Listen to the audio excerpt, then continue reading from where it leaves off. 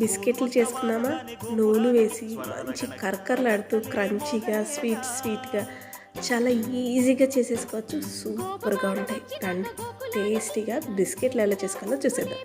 కప్పుడు గోధుమ పిండి, దీంట్లోనే పావు టీ స్పూన్ వాము, రుచికి సరిపడా ఉప్పు, ఒక హాఫ్ టీ స్పూన్ వేసుకోండి. 3 స్పూన్ల దాకా నెయ్యి, గోధుమ పిండికి అరకప్పు పంచదార పౌడరు, దీంట్లోనే 2 స్పూన్లు నువ్వులు, 2 స్పూన్లు ఎండు కొబ్బరి తురుము వేసి కొన్ని నీళ్లు పోసుకుంటూ ఇవ్వండి. పిండిని ఇలా కలుపుకోండి. పంచదార పౌడర్ వేసాం కాబట్టి నీళ్ళను కొంచెంగా పోసుకుంటూ పిండి షేప్ వచ్చేటట్టు చేసుకోండి చాలు.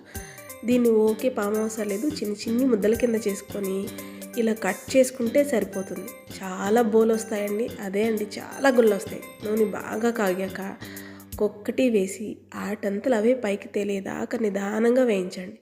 చూడండి ఎంత బాగా వచ్చాయో తెలుసా. బిస్కెట్స్ అయితే సూపర్గా ఉన్నాయి. తినే కొద్దీ తినాలనిపిస్తుంది, అంత బాగున్నాయి. నచ్చాయి కదూ.